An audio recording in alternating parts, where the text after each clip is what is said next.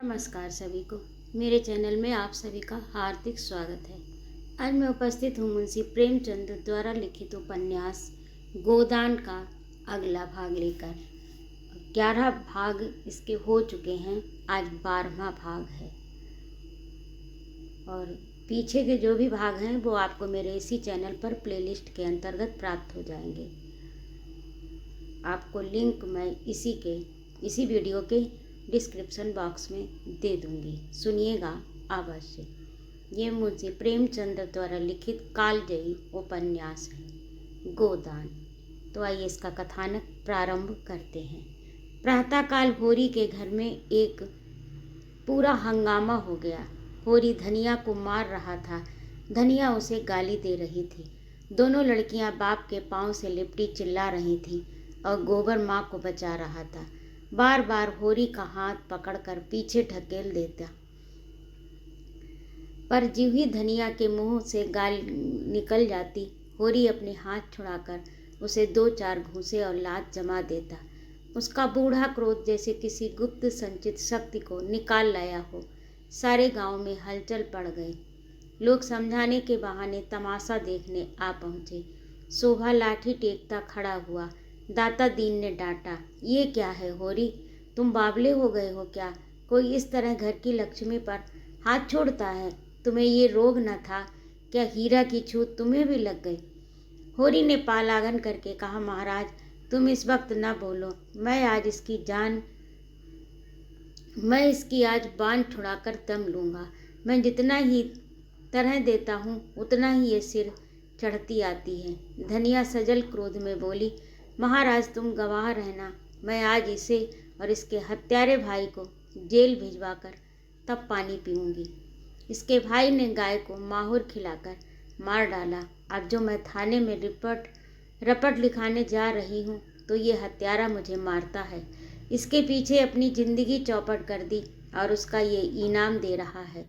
होरी ने दांत पीसकर और आंखें निकाल कर कहा, फिर वही बात मुंह से निकाली, तूने देखा था हीरा को माहौर खिलाते? तू कसम खा जा कि तूने हीरा को गाय की नाद के पास खड़े नहीं देखा। हाँ, मैंने नहीं देखा, कसम खाता हूँ। बेटे के माथे पर हाथ रखकर कसम खा। होरी ने गोबर के माथे पर कांपता हुआ हाथ रखकर कांपते हुए स्वर में कहा, मैं बेटे की कसम खाता हूँ, मैंने हीरा को नाद के पास नहीं देखा। धनिया ने जमीन पर थूक कर कहा, थोड़ी है तेरी झुटाई पर। तूने खुद मुझसे कहा कि हीरा चोरों की तरह नाद के पास खड़ा था और अब भाई के पक्ष में झूठ बोलता है। अगर मेरे बेटे का बाल बांका भी हुआ तो घर में आग लगा दूंगी, सारी गृहस्थी में आग लगा दूंगी। भगवान आदमी मुंह से बात कहकर इतनी बेशर्मी से मुकर जाता है। होरी पांव पटक कर बोला, धनिया गुस्सा मत दिखा, नहीं तो बहुत बुरा होगा। मार तो रहा है और मार ले। जा, तू अपने बाप का बेटा होगा तो आज मुझे मार कर तब पानी पिएगा। पापी ने मारते मारते मेरा भोरकस निकाल दिया, फिर भी इसका जी नहीं भरा। मुझे मार कर समझता है मैं बड़ा वीर हूँ, भाइयों के सामने भीगी बिल्ली बन जाता है। पापी कहीं का हत्यारा। फिर वह बैन कहकर रोने लगी। इस घर में आकर उसने क्या नहीं झेला, किस तरह पेट तन नहीं काटा, किस तरह एक एक लत्ते को तरसी, किस तरह एक एक पैसा प्राणों की तरह संचा, फिर किस तरह घर भर को खिलाकर आप पानी पीकर सो रही, और आज उन सारे बलिदानों का यह पुरस्कार। भगवान बैठे ये अन्याय देख रहे हो और उसकी रक्षा को नहीं दौड़ते। गज की और द्रौपदी की रक्षा करने बैकुंठ से दौड़े थे, आज क्यों नींद में सोए हैं? जनमत धीरे धीरे धनिया की ओर आने लगा। इसमें अब किसी को संदेह नहीं रहा कि हीरा ने ही गाय को जहर दिया। होरी ने बिल्कुल झूठी कसम खाई है, इसका भी लोगों को विश्वास हो गया। गोबर को भी बाप की इस झूठी कसम और उसके फल स्वरूप आने वाली विपत्ति की शंका ने होरी के विरुद्ध कर दिया। उस पर जो दाता दीन ने डांट बताई तो होरी परास्त हो गया, चुपके से बाहर चला गया। सत्य ने विजय पाई। दाता दीन ने शोभा से पूछा, तुम कुछ जानते हो? शोभा, क्या बात हुई? शोभा जमीन पर लेटा हुआ बोला, मैं तो महाराज 8 दिन से बाहर नहीं निकला। होरी दादा कभी कभी आकर कुछ दे जाते, उसी से काम चलता। रात भी वह मेरे पास आए थे, किसने क्या किया मैं कुछ नहीं जानता। हाँ, कल सांझ को हीरा मेरे घर खुरपी मांगने गया था। कहता था एक जड़ी खोदना है। फिर तब से मेरी उससे भेंट नहीं हुई। धनिया इतनी सह पाकर बोली, पंडित दादा, वह उसी का काम है। शोभा के घर से खुरपी मांग कर लाया, कोई जड़ी खोद कर गाय को खिला दी। उस रात को जो झगड़ा हुआ था, उसी दिन से वह खार खाए बैठा था। दाता दीन बोले, ये बात साबित हो गई तो उसे हत्या लगेगी। पुलिस कुछ करे या न करे, धर्म तो बिना दंड दिए ना रहेगा। चली तो जा रुपया हीरा को बुला ला, कहना पंडित जी दादा बुला रहे हैं। अगर उसने हत्या नहीं की है तो गंगा जली उठा ले और चौरे पर चढ़कर कसम खाए। धनिया बोली, महाराज, उसके कसम का भरोसा नहीं, चटपट खा लेगा। जब इसने झूठी कसम खा ली तो बड़ा धर्मात्मा बनता है, तो हीरा का क्या विश्वास। अब गोबर बोला, खा ले झूठी कसम, वंश का अंत हो जाए। बूढ़े जीते रहें, जवान जीकर क्या करेंगे। रूपा एक क्षण में आकर बोली, काका घर में नहीं है।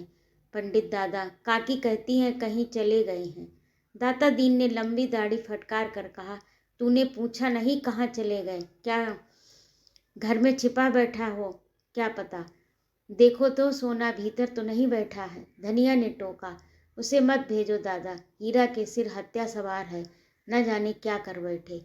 दाता दीन ने खुद लकड़ी संभाली और खबर लाए कि हीरा सचमुच कहीं चला गया है। पुनिया कहती है लुटिया डोर डंडा सब लेकर गए हैं।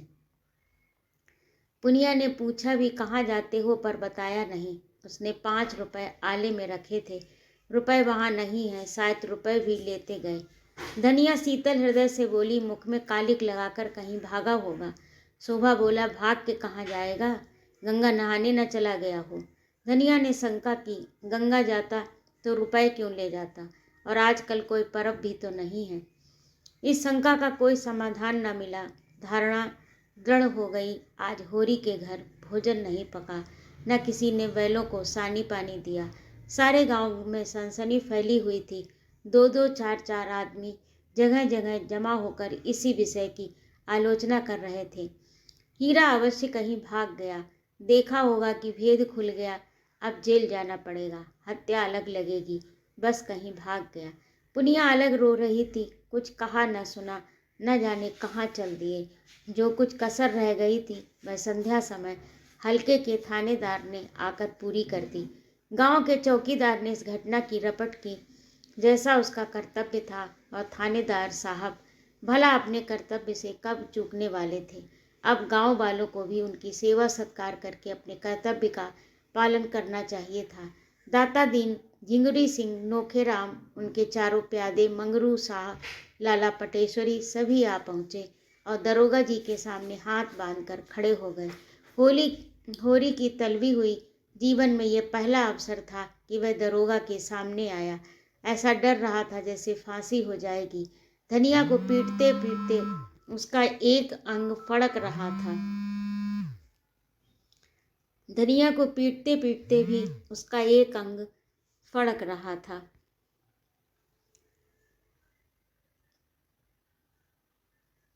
वह दरोगा के सामने कछुए की भांति भीतर सिमटा जाता था। दरोगा ने उसे आलोचक नेत्रों से देखा और उसके हृदय तक पहुंच गए। आदमियों की नस पहचानने का उन्हें अच्छा अभ्यास था। किताबी मनोविज्ञान में कोरे पर व्यवहारिक मनोविज्ञान के मर्मज्ञ थे। यकीन हो गया आज अच्छे का मुंह देख कर उठे हैं, और होरी का चेहरा कह देता है इसे केवल एक घुड़की काफ़ी है। दरोगा ने पूछा, तुम्हारा घिर तुम्हें किस पर सुभा है?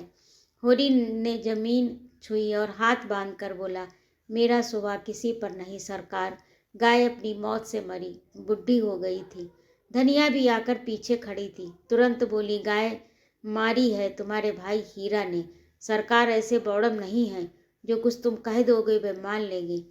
यहाँ जांच तहकीकात करने आए हैं। दरोगा जी ने पूछा, ये कौन औरत है? कई आदमियों ने दरोगा जी से कुछ बातचीत करने का सौभाग्य प्राप्त करने के लिए चढ़ा ऊपरी की। एक साथ बोले और अपने मन को इस कल्पना से संतोष दिया कि पहले मैं बोलूं कि होरी की घरवाली है सरकार, तो इसे बुलाओ, मैं पहले इसी का बयान लिखूंगा। वह कहाँ है हीरा? विशिष्ट जनों ने एक स्वर से कहा। वह तो आज सवेरे से कहीं चला गया है सरकार। मैं उसके घर की तलाशी लूँगा। तलाशी? होरी की सांसें तल ऊपर होने लगी। उसके भाई हीरा के घर की तलाशी होगी और हीरा घर में नहीं है। फिर होरी के जीते जी उसके देखते हुए तलाशी न होने पाएगी और धनिया से अब उसका कोई संबंध नहीं, जहाँ चाहे जाए। जब वह उसकी इज्जत बिगाड़ने पर आ गई तो उसके घर में कैसे रह सकती है। जब गली गली ठोकर खाएगी तब पता चलेगा। गांव के विशिष्ट जनों ने इस महान संकट को टालने के लिए कानाफूसी शुरू की। दाता दीन ने गंजा सिर हिलाकर कहा, ये सब कमाने के ढंग हैं। पूछो हीरा के घर में क्या रखा है। पटेश्वरी लाल बहुत लंबे थे, पर लंबे होकर भी बेवकूफ़ न थे। अपना लंबा काला मुंह लंबा करके बोले, और यहाँ आया है किस लिए? और जब आया है बिना कुछ लिए दिए गया कब है? झिंगुरी सिंह ने होरी को बुलाकर कान में कहा, निकालो जो कुछ देना है, यूं गला न छूटेगा। दरोगा जी ने अब जरा गरज कर कहा, मैं हीरा के घर की तलाशी लूँगा। होरी के मुख का रंग ऐसा उड़ गया था जैसे देह का सारा रक्त सूख गया हो। तलाशी उसके घर हुई तो उसके घर भाई के घर हुई तो एक ही बात है, हीरा अलग नहीं। पर दुनिया तो जानती है कि वह उसका भाई है, मगर इस वक्त उसका कुछ बस नहीं। उसके पास रुपए होते तो इसी वक्त 50 रुपए लाकर दरोगा जी के चरणों पर रख देता और कहता, सरकार मेरी इज्जत अब आपके हाथ है। मगर उसके पास तो जहर खाने को भी 1 पैसा नहीं है। धनिया के पास चाहे 2-4 रुपए पड़े हों, पर वह चुड़ैल भला क्यों देने लगी।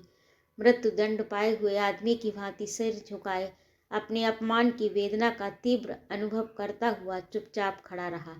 दाता दीन ने होरी को सचेत किया, अब इस तरह खड़े रहने से काम नहीं चलेगा होरी, रुपए की कुछ जुगत करो। होरी दीन स्वर में बोला, अब मैं क्या अरज करूं महाराज, अभी तो पहले की ही गठरी सिर पर लदी है, अब किस मुंह से मांगूं। लेकिन इस संकट से उबार लो, जीता रहा तो कौड़ी कौड़ी चुका दूंगा, मैं मर भी जाऊं तो गोबर तो है ही। नेताओं में सलाह होने लगी, दरोगा जी को क्या भेंट किया जाए। दाता दीन ने 50 का प्रस्ताव किया। झिंगुरू सिंह के अनुमान में 100 से कम पर सौदा न होगा। नोखे राम भी 100 के पक्ष में थे और होरी के लिए 150 में कोई अंतर नहीं था। इस तलाशी का संकट उसके सिर से टल जाए। पूजा चाहे कितनी ही चढ़ानी पड़े, मरे को मन भर लकड़ी से जलाओ या 10 मन से, उसे क्या चिंता। मगर पटेश्वरी से अन्याय न देखा गया। कोई डाका या कत्ल तो हुआ नहीं, केवल तलाशी हो रही है। इसके लिए 20 रुपए बहुत हैं। नेताओं ने धिक्कारा तो फिर दरोगा जी से बातचीत करना। हम लोग नगीच न जाएंगे, कौन घुड़कियाँ खाए। होरी ने पटेश्वरी के पांव पर अपना सिर रख दिया। भैया मेरा उद्धार करो, जब तक जीऊँगा तुम्हारी ताबेदारी करूँगा। दरोगा जी ने फिर अपने विशाल वक्ष और विशाल उदर की पूरी शक्ति से कहा, कहाँ है हीरा का घर, मैं उसके घर की तलाशी लूँगा। पटेश्वरी ने आगे बढ़कर दरोगा जी के कान में कहा, तलाशी लेकर क्या करोगे हुजूर, उसका भाई आपकी ताबेदारी के लिए हाजिर है। दोनों आदमी जरा अलग जाकर बात करने लगे। कैसा आदमी है? बहुत ही गरीब हुजूर, भोजन का ठिकाना नहीं। सच? हाँ हुजूर, ईमान से कहता हूँ। अरे तो क्या 1 50 का भी डौल नहीं है? कहाँ की बात हुजूर, 10 मिल जाए तो 1000 समझिए। 50 तो 50 जन्म में भी मुमकिन नहीं, और वह भी जब कोई महाजन खड़ा हो जाएगा। दरोगा जी ने 1 मिनट तक विचार करके कहा, तो फिर उसे सताने से क्या फ़ायदा। मैं ऐसों को नहीं सताता जो आप ही मर रहे हों। पटेश्वरी ने देखा निशाना और आगे जा पड़ा। बोले, नहीं हुजूर, ऐसा न कीजिए। नहीं, फिर हम कहाँ जाएंगे? हमारे पास दूसरी और कौन सी खेती है? तुम इलाके के पटवारी हो जी, कैसी बातें करते हो। जब ऐसा ही कोई अफसर आता है तो आपकी बदौलत हम भी कुछ पा जाते हैं। नहीं, पटवारी को कौन पूछता है। अच्छा जाओ, 30 रुपए दिलवा दो, 20 रुपए हमारे, 10 तुम्हारे। 4 मुखिया हैं, इसका ख्याल कीजिए। अच्छा, आधे आधे पर रखो, जल्दी करो, मुझे देरी हो रही है। पटेश्वरी ने झिंगुरी से कहा। झिंगुरू ने होरी को इशारे पर बुलाया, अपने घर ले गए। 30 रुपए गिनकर उसके हवाले किए और एहसान से दबाते हुए बोले, आज ही कागज लिखा लेना, तुम्हारा मुंह देखकर रुपए दे रहा हूँ, तुम्हारी भलमनसी पर। होरी ने रुपए लिए अंगोछे के कोरे में बांधे प्रसन्न मुख आकर दरोगा जी की ओर चला। सहसा धनिया झपट कर आगे आई और अंगूठी एक झटके के साथ उसके हाथ से छीन ली। गांठ पक्की न थी, झटका पाते ही खुल गई। सारे रुपए जमीन पर बिखर गए। नागिन की तरह फुफकार कर बोली, ये रुपए कहाँ लिए जा रहा है बता। भला चाहता है तो सब रुपए लौटा दे, नहीं कह देती हूँ घर के परानी रात दिन मरे और दाने दाने को तरसे, लत्ता भी पहनने को मयस्सर ना हो और अंजलि भर रुपए लेकर चला है इज्जत बचाने। ऐसी बड़ी है तेरी इज्जत, जिसके घर में चूहे लोटे वह भी इज्जत वाला है। दरोगा तलाशी ही तो लेगा, ले ले जहाँ चाहे तलाशी। एक तो 100 रुपए की गाय गई उस पर पलेथन, बाहर तरी की इज्जत, बाहर है तेरी इज्जत। होरी खून का घूंट पीकर रह गया। सारा समूह जैसे थर्रा उठा। नेताओं के सिर झुक गए। दरोगा का मुंह जरा सा निकल आया। अपने जीवन में ऐसी लताड़ न मिली थी। होरी स्तंभित खड़ा रहा। जीवन में आज पहली बार धनिया ने उसे भरे अखाड़े में पटकनी दी, आकाश तक हिला दिया। अब वह कैसे सिर उठाए, मगर दरोगा जी इतनी जल्दी हार मानने वाले न थे। खिसियाकर बोला, मुझे ऐसा मालूम होता है कि शैतान की खाला ने हीरा को फंसाने के लिए खुद गाय को जहर दे दिया। धनिया हाथ मटकाकर बोली, हाँ दे दिया, अपनी गाय थी मार डाली, फिर किसी दूसरे जानवर को तो नहीं मारा। तुम्हारे तहकीकात में यही निकलता है तो यही लिखो। पहना दो मेरे हाथ में हथकड़ी। देख लिया तुम्हारा न्याय और तुम्हारे अक्ल की दौड़। गरीबों का गला काटना दूसरी बात है, दूध का दूध और पानी का पानी करना दूसरी बात। होरी आंखों से अंगारे बरसता हुआ धनिया की ओर लपका, पर गोबर सामने आकर खड़ा हो गया और उग्र भाव से बोला, अच्छा दादा, अब बहुत हुआ, पीछे हट जाओ। नहीं, मैं कह देता हूँ, मेरा मुंह न देखोगे, तुम्हारे ऊपर हाथ न उठाऊंगा, ऐसा कपूत नहीं, यहीं गले में फांसी लगा लूंगा। होरी पीछे हट गया और धनिया शेर होकर बोली, तू हट जा गोबर, देखूं तो ये क्या करता है मेरा। दरोगा जी बैठे हैं, इसकी हिम्मत देखूं। घर में तलाशी होने से इसकी इज्जत जाती है और अपनी मेहरिया को सारे गांव के सामने लतियाने से इसकी इज्जत नहीं जाती। यही तो वीरों का धर्म है। बड़ा वीर है तो किसी मर्द से लड़, जिसकी बाह पकड़ कर लाया उसे मार कर बहादुर न कहलाएगा। तू समझता होगा मैं इसे रोटी कपड़ा देता हूँ। आज से अपना घर संभाल। देख तो इसी गांव में तेरी छाती पर मूंग दलकर रहती हूँ कि नहीं, और उससे अच्छा खाऊंगी पहनूंगी, इच्छा हो देख ले। होरी परास्त हो गया। उसे ज्ञात हुआ स्त्री के सामने पुरुष कितना निर्बल, कितना निरुपाय है। नेताओं ने रुपए चुनकर उठा लिए थे। दरोगा जी को वहां से चलने का इशारा कर रहे थे। धनिया ने एक ठोकर और जमाई, जिसके रुपए हो ले जाकर उसे दे दो, हमें किसी से उधार नहीं लेना है, और जो देना है तो उसी से लेना। मैं दमड़ी भी न दूंगी, चाहे मुझे हाकिम के इजलास तक चढ़ना पड़े। हम बाकी चुकाने को 25 रुपए मांगते थे, किसी ने न दिया। आज अंजलि भर रुपए ठन्नाठन निकाल के दे दिए। मैं सब जानती हूँ, यहाँ तो बांट बखरा होने वाला था, सभी के मुंह मीठे होते। ये हत्यारे गांव के मुखिया हैं, गरीबों का खून चूसने वाले। सूद ब्याज टेढ़ी सवाई, नजर नजराना, घूस खास, जैसे भी हो गरीबों को लूटो। उस पर सुराज चाहिए। जेल जाने से सुराज नहीं मिलेगा, सुराज मिलेगा धर्म से, न्याय से। नेताओं के मुख में कालिक सी लगी हुई थी। दरोगा जी के मुंह पर झाड़ सी फिरी हुई थी। इज्जत बचाने के लिए हीरा के घर की ओर चले। रास्ते में दरोगा ने स्वीकार किया, औरत है बड़ी दिलेर। पटेश्वरी बोले, दिलेर है हुजूर, करकसा है, ऐसी औरत को तो गोली मार दे। तुम लोगों का काफिया तंग कर दिया उसने, 4-4 तो मिलते ही। हुजूर के भी तो 15 रुपए गए, मेरे कहाँ जा सकते हैं। वह न देगा तो गांव के मुखिया देंगे, और 15 रुपए की जगह पूरे 50 रुपए। आप लोग चटपट इंतजाम कीजिए। पटेश्वरी लाल ने हंसकर कहा, हुजूर बड़े दिल लगी बाज हैं। दाता दीन बोले, बड़े आदमियों के यही लक्षण हैं, ऐसे भाग्यवानों के दर्शन कहाँ होते हैं। दरोगा जी ने कठोर स्वर में कहा, ये खुशामद फिर कीजिएगा। इस वक्त तो मुझे 50 रुपए दिलवाइए नगद, और ये समझ लो कि आनाकानी की तो मैं तुम चारों के घर की तलाशी लूँगा। बहुत मुमकिन है कि तुमने हीरा और होरी को फंसाकर उनसे 150 ऐंठने के लिए पाखंड रचा हो। नेतागण अभी तक यही समझ रहे हैं, दरोगा जी विनोद कर रहे हैं। झिंगुरी सिंह ने आंखें मारकर कहा, निकालो 50 रुपए पटवारी साहब। नोखेराम ने उनका समर्थन किया। पटवारी साहब का इलाका है, उन्हें जरूर आपकी खातिर करनी चाहिए। पंडित जी, नोखेराम की चौपाल आ गई। दरोगा जी एक चारपाई पर बैठ गए और बोले, तुम लोगों ने क्या निश्चय किया? रुपए निकालते हो या तलाशी करवाते हो? दाता दीन ने आपत्ति की, मगर हुजूर, मैं अगर मगर कुछ नहीं सुनना चाहता। झिंगुरी सिंह ने साहस किया, सरकार, ये तो सरासर, मैं 15 मिनट का समय देता हूँ। अगर इतनी देर में पूरे 50 रुपए ना आए तो तुम चोरों के घर की तलाशी होगी। और गंडा सिंह को जानते हो, उसका मारा पानी भी नहीं मांगता। पटेश्वरी लाल ने तेज स्वर से कहा, आपको अख्तियार है, तलाशी ले लें। ये अच्छी दिल लगी है, काम कौन करे, पकड़ा कौन जाए। मैंने 25 साल थानेदारी की है, जानते हो, लेकिन ऐसा अंधेर तो कभी नहीं हुआ। तुमने कभी अंधेर नहीं देखा, कहो तो वह भी दिखा दूं। एक एक को 5-5 साल के लिए भिजवा दूं। ये मेरे बाएं हाथ का खेल है। डाके में सारे गांव को काले पानी भिजवा सकता हूँ, इस धोखे में न रहना। चारों सज्जन चौपाल के अंदर जाकर विचार करने लगे। फिर क्या हुआ किसी को मालूम नहीं। हाँ, दरोगा जी प्रसन्न दिखाई दे रहे थे। चारों सज्जनों के मुंह पर फटकार बरस रही थी। दरोगा जी घोड़े पर सवार होकर चले तो चारों नेता दौड़ रहे थे। घोड़ा दूर निकल गया तो चारों सज्जन लौटे, इस तरह मानो किसी प्रियजन का संस्कार करके शमशान से लौट रहे हों। सहसा दाता दीन बोले, मेरा शराप न पड़े तो मुंह न दिखाऊं।